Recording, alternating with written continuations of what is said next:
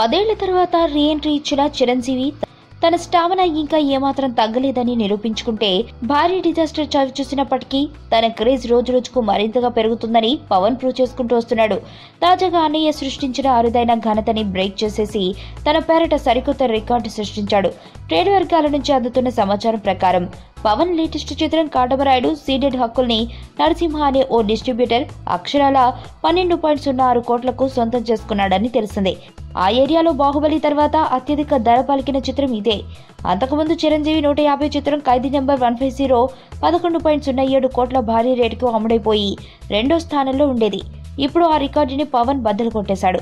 సర్దార్ గబ్బర్ సింగ్ తో భారీ disaster అందుకున్నప్పటికీ Pawan mania ఏమాత్రం తగ్గలేదనడానికి ఇంతకన్నా నిదర్శనం ఏం కావాలి? చూస్తుంటే ఇతర ఏరియాల్లోనూ ఈ చిత్రం భారీ రేట్లకే అమ్ముడుపోయేలా కనిపిస్తుంది. ఓవరాల్ గా 100 కోట్ల మార్కెట్ ని దాటడం ఖాయమని విశ్లేషకులు అంచనా వేస్తున్నారు.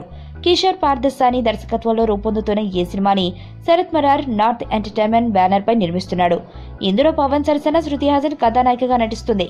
శరవేగంగా షూటింగ్ జరుపుకుంటున్న ఈ సినిమాని మార్చి 29వ తేదీన ప్రేక్షకుల ముందుకు తీసుకురావాలని యూనిట్ సన్నాహాలు చేస్తుంది.